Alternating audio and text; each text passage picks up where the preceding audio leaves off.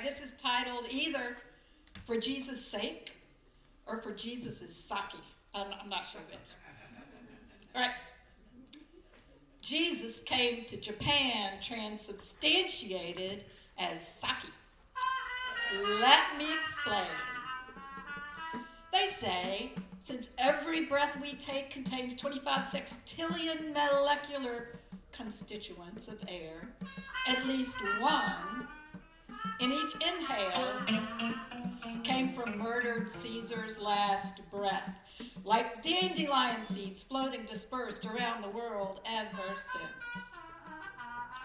How likely then that molecules of water, that magic commingling elixir shed from Jesus' earthly body, as tears, piss, or better, blood, in the millennia since have girdled the globe like the word and spiked every glass, whether wine, whiskey, ayahuasca, sake, soju, tej, or beer, each chaliced cupful, the blood of Christ for real, requiring no ecclesiastical intervention whatsoever.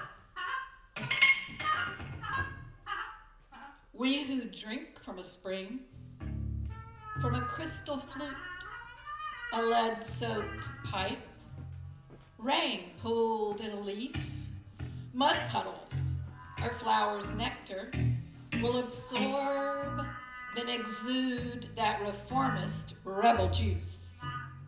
And since most of our moist brain is made from the water we consume, there's bound to be a little Jesus swimming amongst our electrical impulses. So, for Jesus' sake, let's attend to our sacred intake and a more moral being make.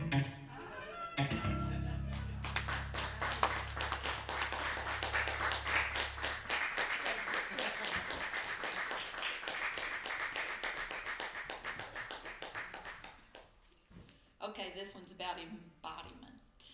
Some of you guys have heard this one. All right. If I lived only inside the poem. If I lived only inside the poem in my head, instead of the poem in my feet, my dreams would not know the powered press against earth, the rush and leap that propels flying, or the relished risk of stretching to scale a cliff face, how to refresh an exhausted walk with the swirl of cool water, foam, and sand, the humility of traversing Earth's parade of landscapes, or the immense space that must be crossed in a few steps to meet you. If I lived only inside the poem in my head instead of the poem in my uterus, I wouldn't understand emptiness. I'd have no conception of shame's rejection alongside regret, or the urgent necessity to reframe what it means to be woman.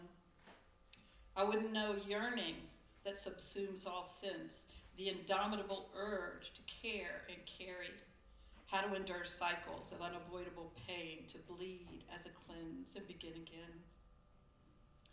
If I lived only inside the poem in my head instead of the poem in my guts, what profound disconnects would plague my digestion of inputs, experiences not recognized as deadly or delicious, stupidly repeated or never sought again?